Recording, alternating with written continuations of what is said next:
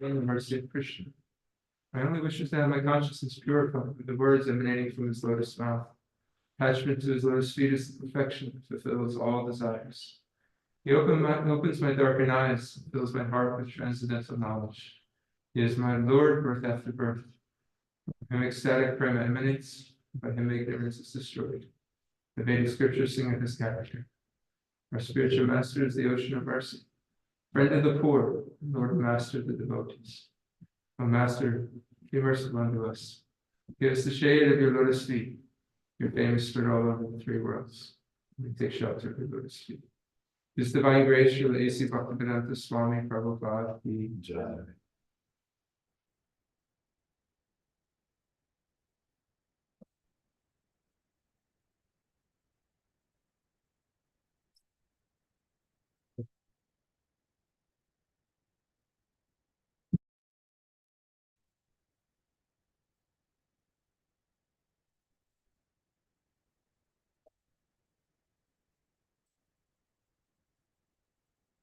Thanks for letting me know.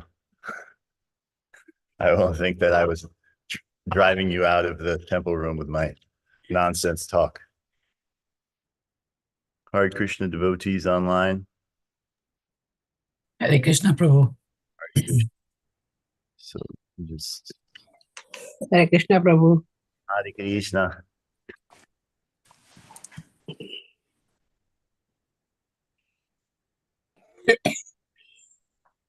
So just to make a note, I'll be rounding the talk between 8:30 and 8:45.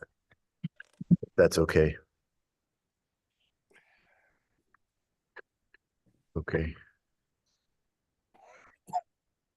Start with Jaya Radha Madhava prayers. Hare Krishna. Jaya Radha Madhava Kunja Bihari. Jaya Radha Madhava Kunja Bihari. Gopi Janabala Giri Varadari. Gopi Janabala Giri Varadari. Yashoda Nandana Braja Janarandana.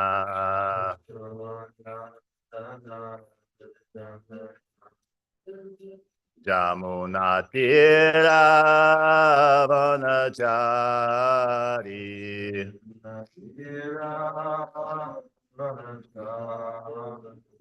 Jaya Radha Madhava Kunja Bihari.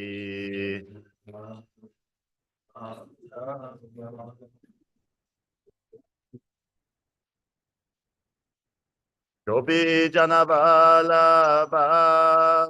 Giri Varadari.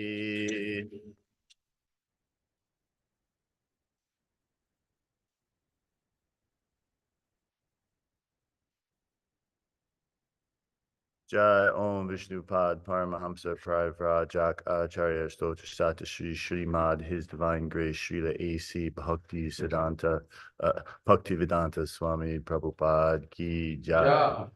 Jai Om Vishnupad Paramahamsa Pravrajak Acharya Stotra Sata Shri Srimad His Divine Grace Srila A.C. Bhakti Siddhanta Saraswati Goswami Maharaj Prabhupada Ki Jai. Jai.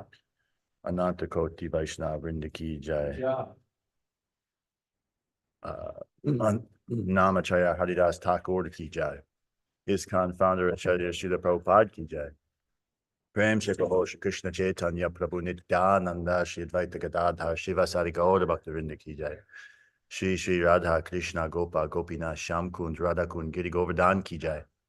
Vrindavan Dham Ki Jai, Mathura Dham Ki Jai, Navadvip Dham Ki Jai, Jagannath Puri Dham Ki Jai, Ganga Mai Ki Jai, Jamuna Mai Ki Jai, Tulsi Devi Ki Jai, Bhakti Devi Ki Jai, Sankirtan Yagya Ki Jai, Brihat Mridanga Ki Jai, Samaveta Bhakta Vrinda Ki Jai. Lord Premanande Hari Hari Bol. All glories to the assembled devotees, Hare Krishna.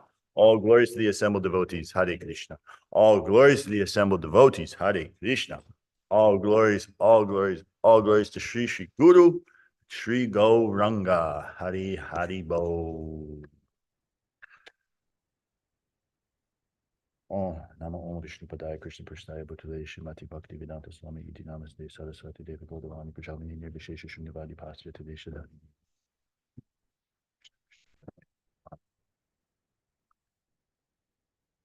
Hare Krishna. So this morning's verse, Srimad Bhagavatam, it is Canto 2, Chapter 9, verse 25. So, yes, very nice.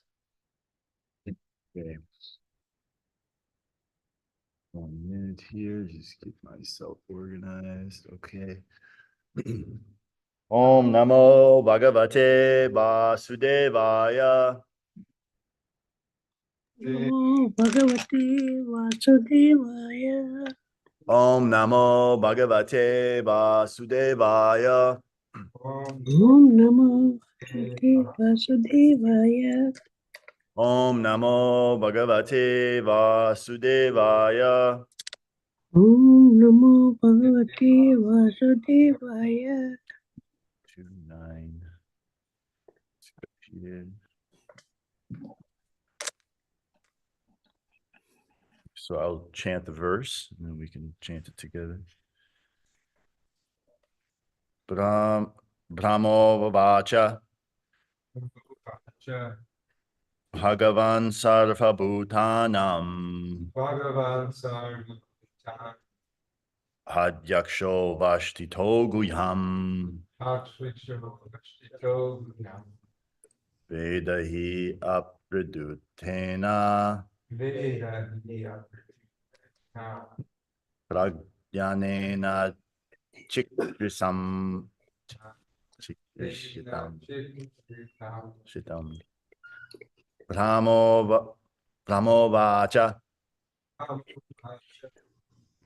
Bhagavan Sarva Bhutanam Bhagavan Sarvabhutana Adyaksho Vashtito Guhyam Vashtito Guyam Vedahi Apratitrudhena Vedahi Akritana Pragnanena Chikrishitam Vashnanena Chishtam Brahmo Vacha Brahmo Vacha Bhagavan Sarva Bhutanam Bhagavan Sarvabhutana Adyaksho Vashtito Guhyam Adyaksha Vashtito Guyam Vedahi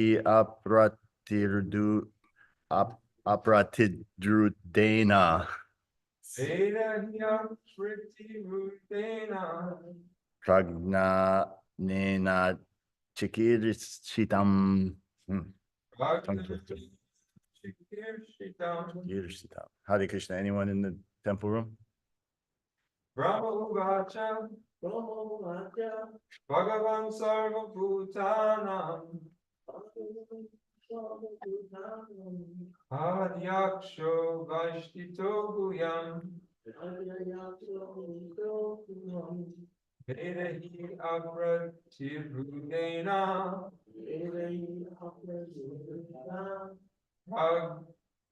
Prajnanena Chikrikshitam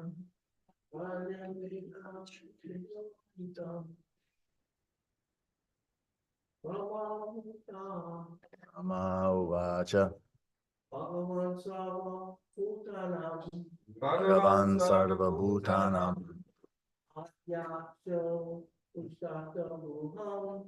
Adyaksho Vashtito Guyam Vedahi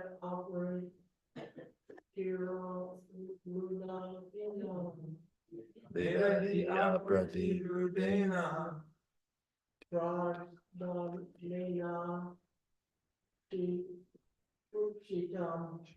Prajnanena Chikirsitam. Chikirshitam.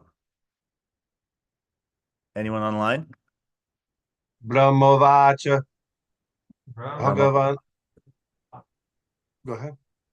Bhagavan Sarvabhutanam Bhagavan Sarvabhutanam Adyaksho Vastito Guham Adyaksho Vashtito Guyam Vedihya Pratirudhena Vedya Pridurthena Pragyanena Chikirshitam. Prajnanena Chikirshitam. Anyone else? Brahma Krishna. Uvacha. Hare Krishna. Go ahead. Brahma Uvacha. Brahma. Bhagavan Sarvabhutanam Adyaksho Avasthitam Guham Vedahya Pratiruddhena Prajnanena Chikirshritam. Hare Krishna. Hare Krishna. Hare Krishna. Brahma Vacha Bhagavan Sarvabhutanam Ajaksho Vastito Guham Veda Hya Pratirudhena Ragena Chikirshitam. Hare Krishna. Hare Krishna. Okay, word for word. Synonyms. Brahma Uvacha. Brahma Uvacha. Lord Brahma said, Lord Brahma said, Bhagavan, Bhagavan, O my Lord, Sarva Bhutanam, Sarvabhuta, of all living entities, of all living entities, Hadyaksha, Adyaksha, director, Avashtita, Vashtita, situated, situated, Guyam, Uham, Guham, within the heart, within the heart, Veda, Veda, no, no, he, he, certainly, Sure. Apratirudhena, Apradhya, without hindrance, without hindrance, Prajna Nena, Veda, by superintelligence, super intelligent, Chikir Shitam, here she endeavors. Translation and purport by His Divine Grace Srila A.C. Bhaktivedanta Swami Prabhupada. Lord Brahma said, O personality of Godhead, you are situated in every living entity's heart as the supreme director, and therefore you are aware of all endeavors by your superior intelligence without any hindrance whatsoever.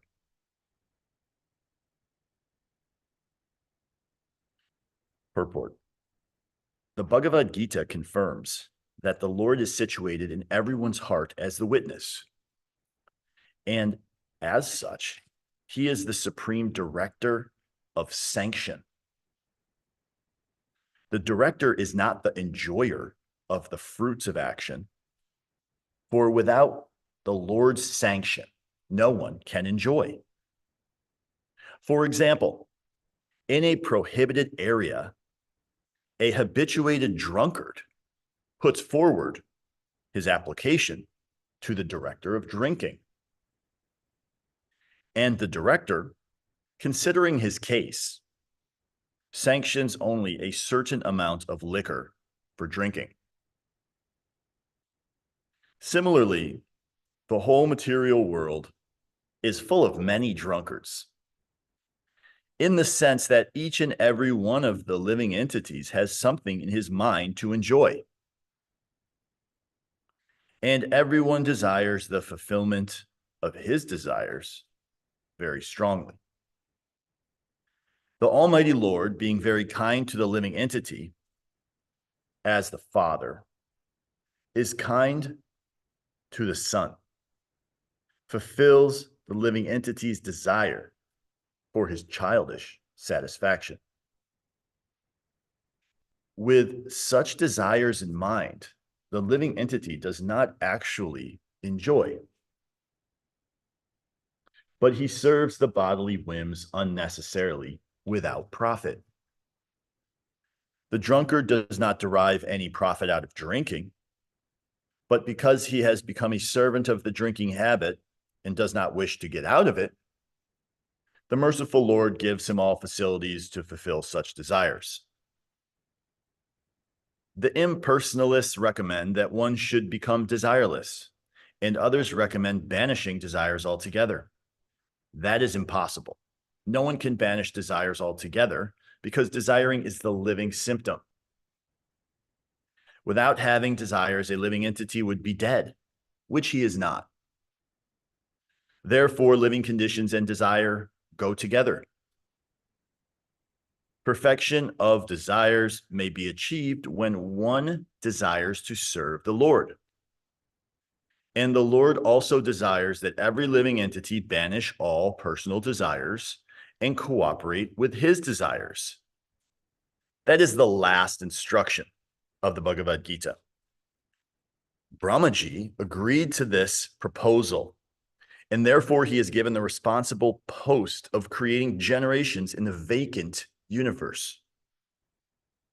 Oneness with the Lord, therefore, consists of dovetailing one's desires with the desires of the Supreme Lord. That makes for the perfection of all desires. The Lord, as the supersoul in the heart of every living being, knows what is in the mind of each living entity. And no one can do anything without the knowledge of the Lord within. By his superior intelligence, the Lord gives everyone the chance to fulfill his desires to the fullest extent. And the resultant action is also awarded by the Lord.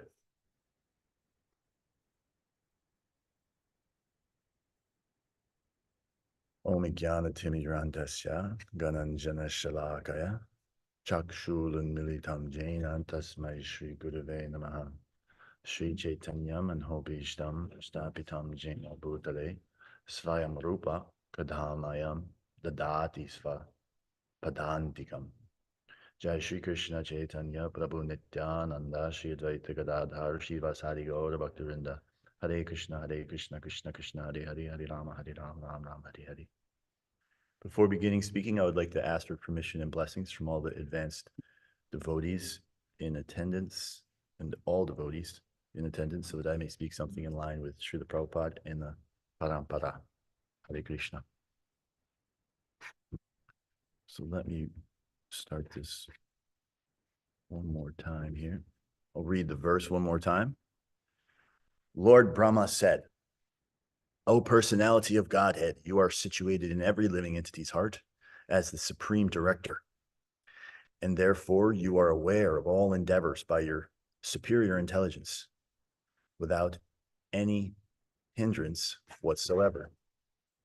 Here we have Lord Brahma, who is confirming what has already been described as the ABCs of spiritual life in one sense in the Bhagavad Gita.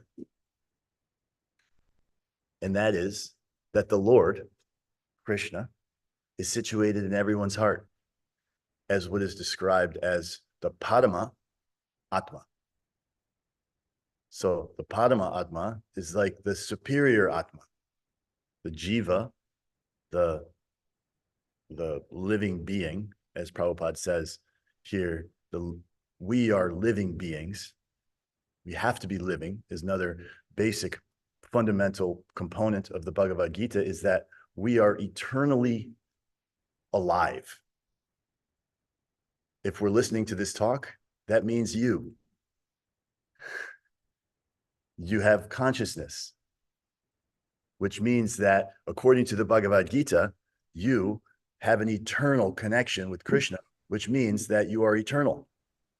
Although we are experiencing birth, death, old age, and disease in these material bodies, we are eternally present. And a function of that, as described in this purport and this verse by Srila Prabhupada, is that there are desires. And those desires are always there as a living being. What Prabhupada mentions here is that actually if we don't have desires, then we're dead. Like there's dead matter that doesn't have desires. So it's a function of us being alive.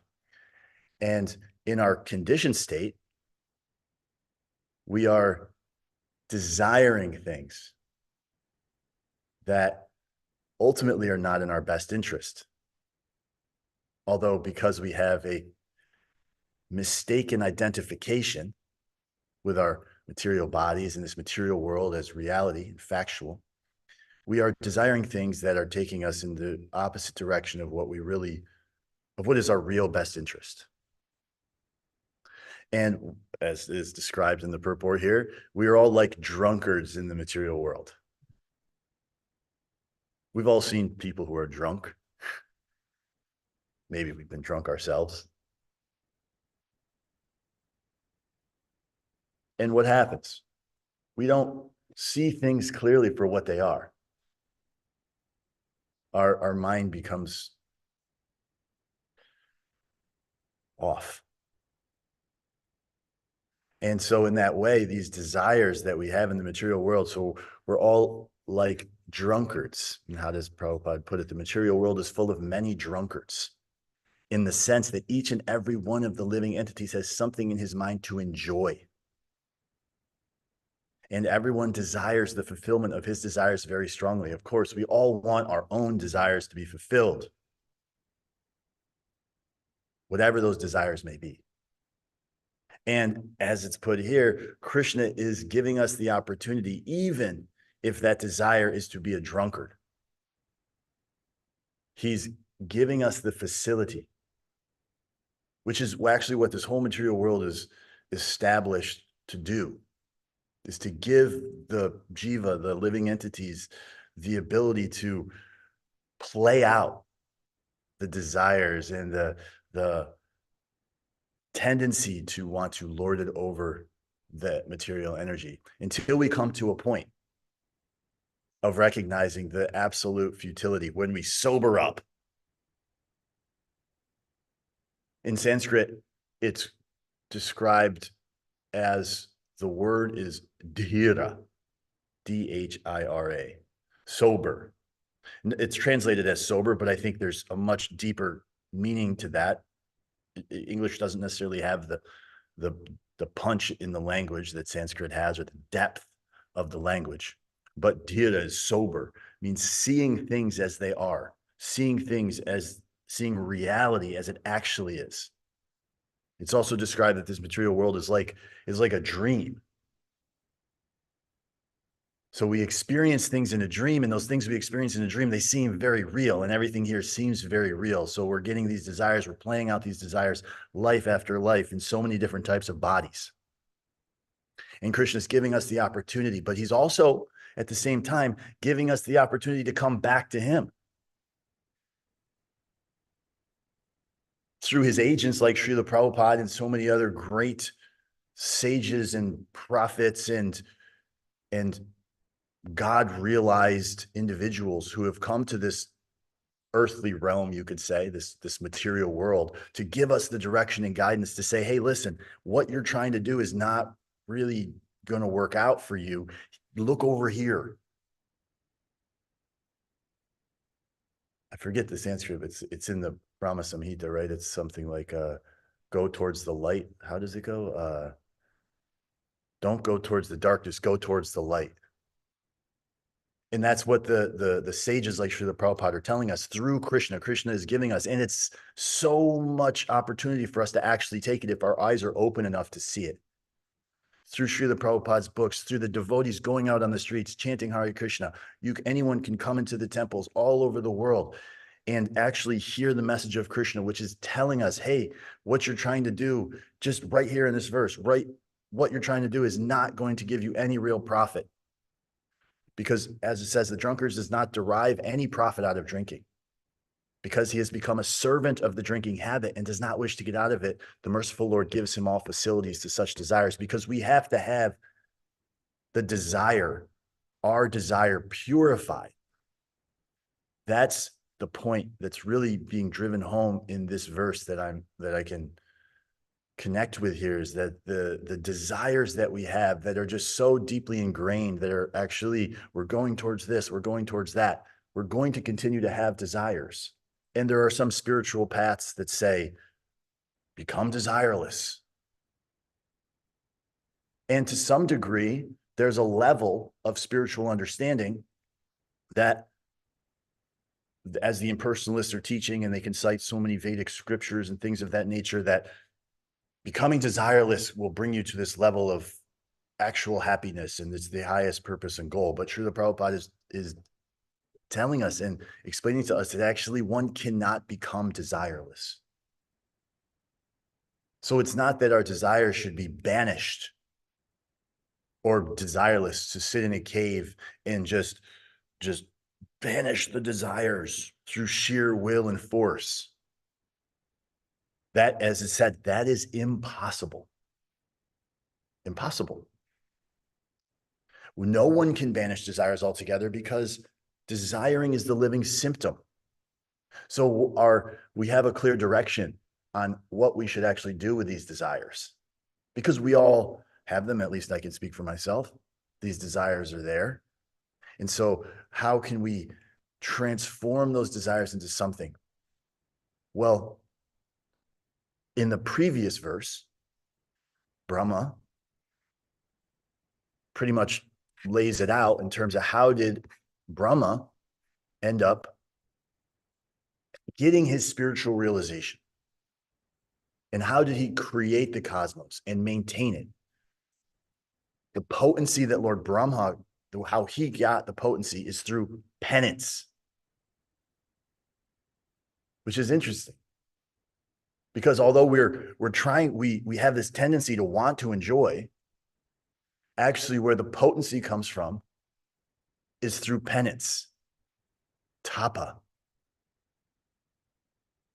And here, the previous purport is very, very, instructive. I mean, I know we had the class on it yesterday, but just one point to go back to it. It says, an easygoing life and attainment of perfection and transcendental realization cannot go together. We all want an easygoing life. Well, there's a tendency to want that. Comfort, ease. Everyone's seeking after wealth and riches so that they can sit back and have servants do everything for them. No troubles, no problems.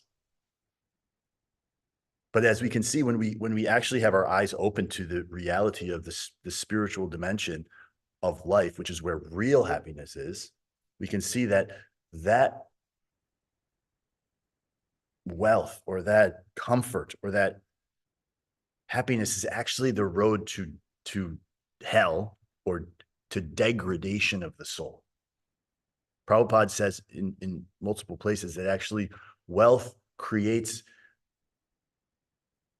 degradation for human when it's not used in Krishna's service.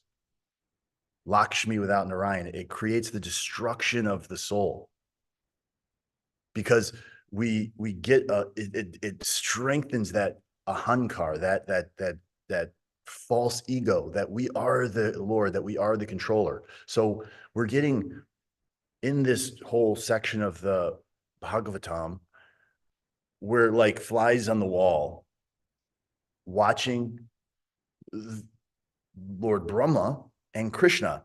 Lord Brahma, the biggest man in the universe. I mean, the original being, the one who's creating everything.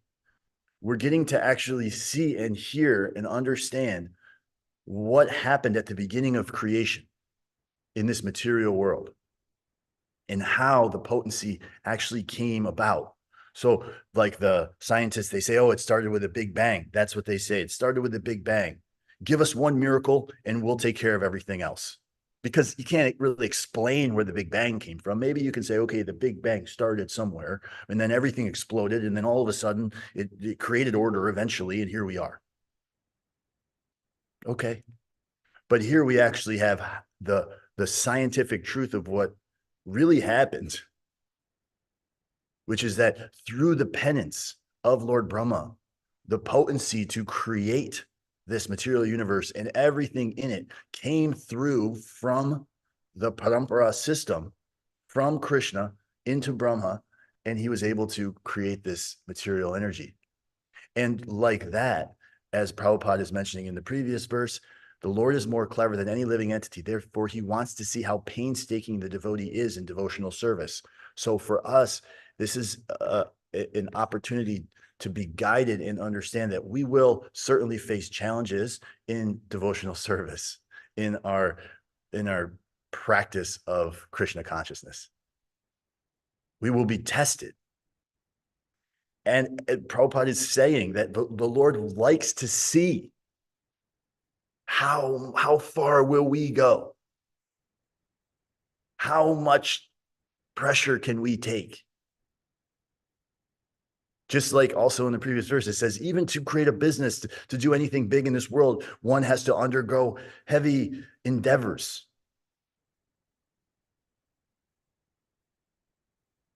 So like that, in the same way, in the spiritual domain, there's this, it's like maybe a new age kind of idea that like spirituality is just like, hey man, float through the sky and everything's great. I'm okay. You're okay. Everybody's happy. And spirituality should just be this like, open, vague thing. And here we end up, there's nothing rigid about it. There's nothing strict about it. There's nothing authoritarian about it. But ultimately, from the Vedas in the Srimad Bhagavatam and through the Prabhupada, there is very clear lines of understanding that one should follow to have the best chance of coming close to Krishna. And following that penance gives us that pathway, that direction, and it purifies us. Because for us to be in this material world, that means that we must have had some impure desires. Unless we're Nitya Siddhas coming here very specifically for, to fulfill a mission on Krishna's order and Guru's order. We're here because we have desires. And those desires were carried over, impure desires, because we're always going to have desires, but we're here because we have impure desires that carried over from our previous birth. But somehow or other, if you're listening to this talk, there's no question that the great fortune of Srila Prabhupada has befallen on you. And that we're in this gigantic, the living entities are in this gigantic material ocean of suffering, as is described. And most of them are deep in the ocean. Most of us are deep in the ocean with no hope of getting out. Anyone can walk into any city in any part of the world, and we can see that people are mostly completely unconscious. And you can walk up in front of them and try to give them a book on Krishna consciousness, and you can say, "Hey, please listen. You got to hear this. It's like the house is the fire. It's burning down. You got to take this. It's very important." And their one pointed focus, which is enjoy, get what I want, as is described in this verse. Get my desires. The most important thing is to fulfill my desires.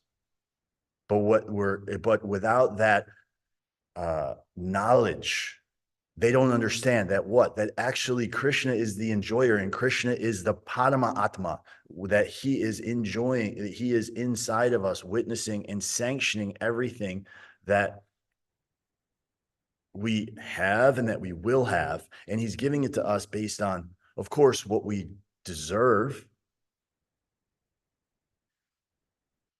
So we can understand like that the purification of desires is the goal for us to attain a understanding of who we really are so that we can come out of this material world. And the verse that corroborates this Srimad Bhagavatam verse in one of the verses, we'll say, the one that probably stands out the most here in Bhagavad Gita. Can anyone say which verse probably connects to this verse the most? I know this is a big ask, and of course, because I was able to prepare, I know what it is. I wouldn't be able to say it if I hadn't prepared, but I'll tell you, it's in chapter 13. Anyone have any thoughts on what the verse might be that's really closely connected to this? Chapter 13, verse 23. Yet in this body, there is another, a transcendental enjoyer, who is the Lord, the supreme proprietor, who exists as the overseer and permitter, and who is known as the Super Soul. Chapter 13, verse 23.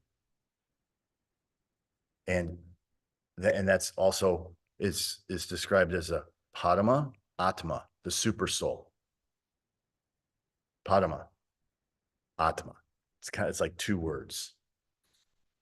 And what's interesting is, so what's the next verse in the Bhagavad Gita that goes right after that? Of course, so brilliantly and masterfully crafted together. One who understands this philosophy concerning material nature, the living entity, and the interaction of the modes of nature is sure to attain liberation. He will not take birth here again, regardless of his present position. So again, and so this is an interesting way of thinking about it. We understand people are seeking knowledge and wisdom, and they have so much, but actually this is the understanding of the three parts of what is knowledge? What is real knowledge? Understanding what? What is spirit? What is matter? And who is the controller of both? That is the definition of real knowledge. Because without that understanding, without that equation, A plus B plus C equals, then what happens? No matter what we end up with here in this material world, without that knowledge, no matter how great what heights we reach in our grandiose concoctions of material, mental, the king of the world, the richest man in the world, the greatest this, the greatest that, we still have to take birth. So we get this knowledge from the Srimad Bhagavatam, and of course the Srimad Bhagavatam and the Bhagavad Gita are interconnected, one and the same. And this knowledge, Raja Vidya, it's the king of knowledge. Why? Because it gives us the direction and the guidance to come out of this material energy. We come out of this cycle of birth, death, old age, and disease, which is keeping us trapped in something that is not our highest goal. And it will not achieve the happiness that we really want, as is described in this verse. And the desires do not need to be banished. We do not need to completely eradicate all desires. We transform those desires. And how do we do that? Through devotional service. And how do we gain the knowledge and the understanding to have devotional service? Well, Chaitanya Mahaprabhu came and brought us the Hare Krishna mantra, the most important mantra, the Maha mantra. And we have clear directions on how to chant that mantra through japa, through street, chanting in congregations and lots of people in temples, outside of temples, everywhere. So like that, through the Hare Krishna mantra, our consciousness becomes purified. In which case we can have that sober dhira, that connection to reality as it is. And then in which case the desires can become purified.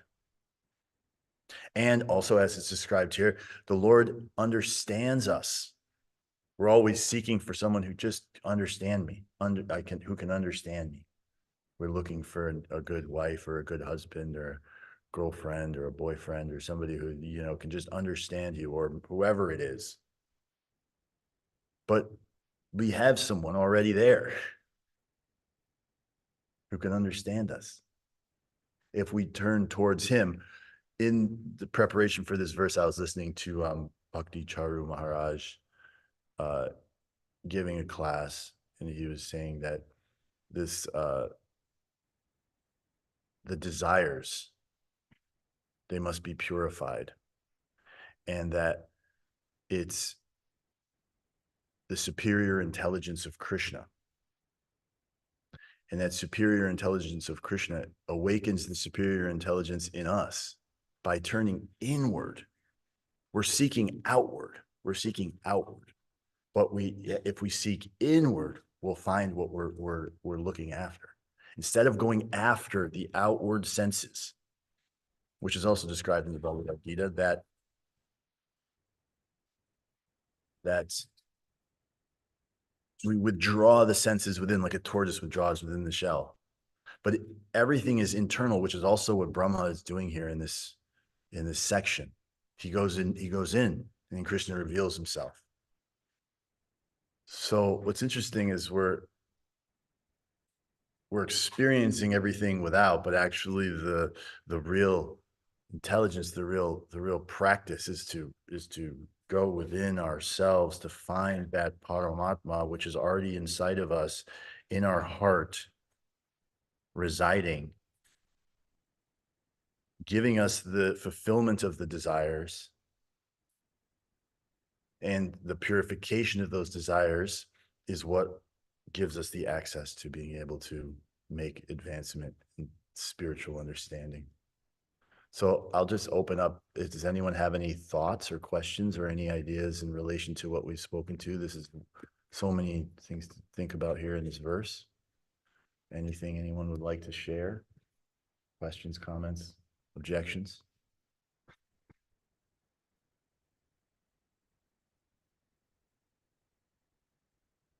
Vishnu Gada Prabhu, yes, Hare Krishna.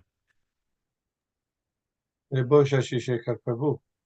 In the purport, Srila Prabhupada talks about the person getting a drunkard getting liquor on some kind of organized system. Did you understand that, or would you comment on that?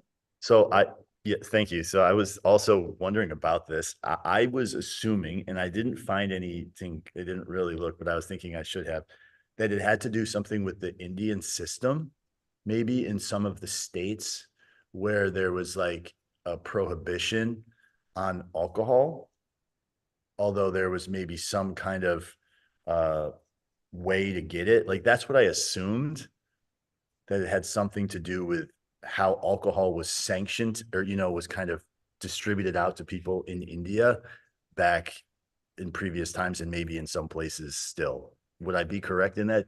Does anyone else know anything about that? Well, there used to be prohibition in many states, and I don't know if Gujarat had prohibition for quite a while too, but I don't know if it still does. Maybe somebody listening. But just like, here in United States, you have marijuana, and then you have medical marijuana, right? People get a prescription, so people might get a prescription for their nerves to drink alcohol, and so according to the prescription, they're allowed a certain amount. But even with certain drugs, you have certain opioids, you get a prescription, but doesn't mean you can take it unlimitedly. And of course, and it's better you didn't be dependent on those drugs too. So it's just a little color to the point that Srila Prabhupada's making. Yes. Yeah, it was very interesting the way it was described. And I guess you could think of it like in the same way that they kind of ration out the marijuana to people. You can't go in and buy, like nowadays, I guess, they have, I guess there's some certain amount you can get or whatever. You can't just go in and buy as much as you want. I guess with alcohol, even here in the States, I don't know if you can just buy as much as you want. Maybe you can, I don't know. But yeah. If you go to, I've heard, I don't have personal experience of this, but if somebody is going to a bar and they're drinking, and then if they drink too much, and then they go and drive their car and get in a crash, and somebody's killed, then the bartender is somehow liable. I don't know how that applies to the current situation, the current purport, but so even the bartender is limited about what he or she can give for the customers. Yes.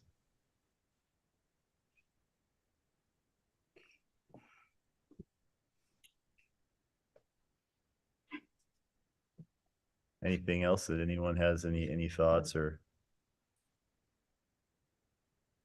points on the verse, realizations.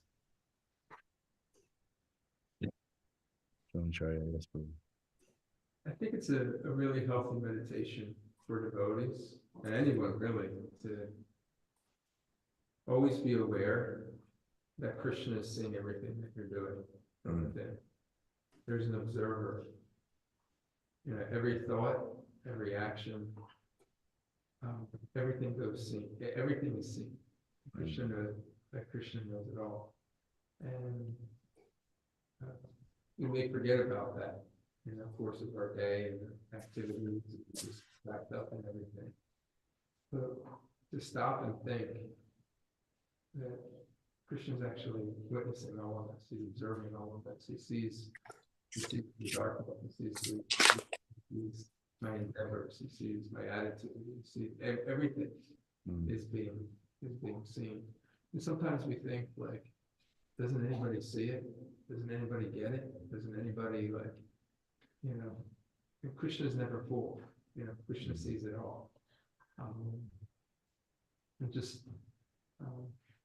Yeah, anyway, just kind of a comment there. Just a healthy meditation. First, always remember that Krishna is seeing. It's not that just Krishna is on the altar or in the temple, but Krishna sees, or that Krishna seeing everywhere at all times. Yeah, it keeps us on the straight and narrow if we keep, you know, if we recognize that what Dronacharya was saying, in case you guys didn't hear online, is it's a healthy meditation to be recognizing that Krishna is within the heart and he's seeing and witnessing everything for devotees, so that we can, you know, recognize that there is someone there for us to hear us and to understand us, but also to kind of have it so that we keep the mind controlled and keep our actions controlled to some degree or another. We're not getting over on anyone. Maybe we're getting over on some people, but we're not getting over on Krishna, and that's the person who really matters.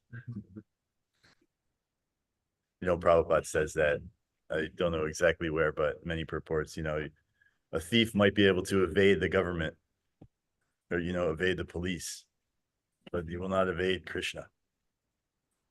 So we can keep that in our mind, really to help us stay on track, because the mind is so cunning and can fool us into thinking that, you know, we can do this, we can do that. But then ultimately we have to suffer the consequences, and no one wants to suffer consequences. Better to not have to suffer consequences if we can avoid it. Hare Krishna.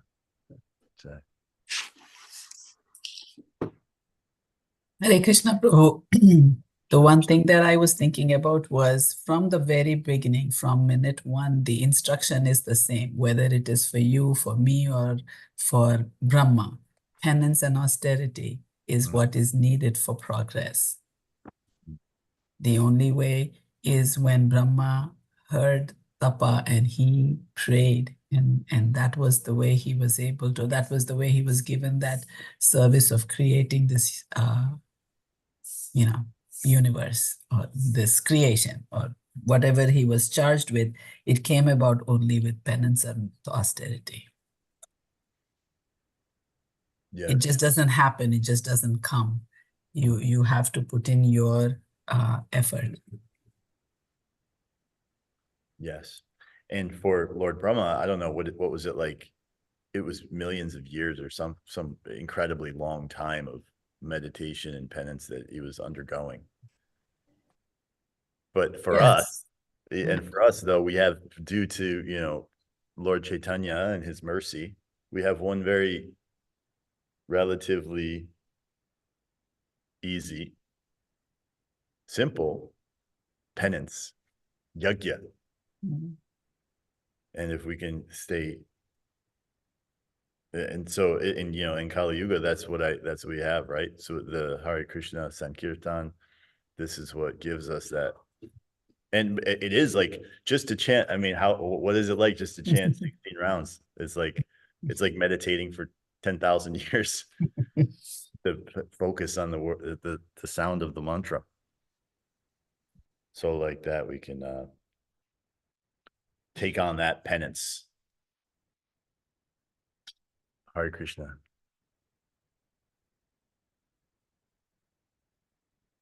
So,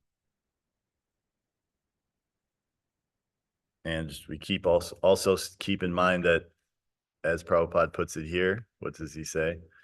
I have it written down: an easygoing life and attainment of perfection and transcendental realization cannot go together. I mean, look at, like, we can look back to the early days of the movement and see the type of things that Srila Prabhupada charged his disciples with accomplishing, and the pressure he put on them to spread the Krishna consciousness movement.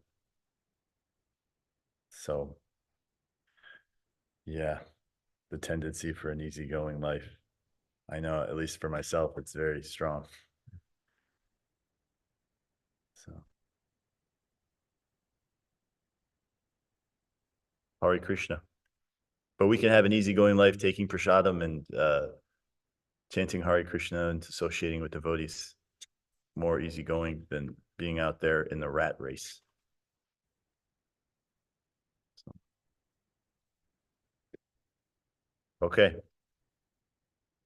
Anything else? If not, I'm going to end the class. Okay. Vancha kalpa tarpisya kripa sindhu vedha patitana Vaishnavebhyo namo Namo Namah. Hare Krishna. Thank you.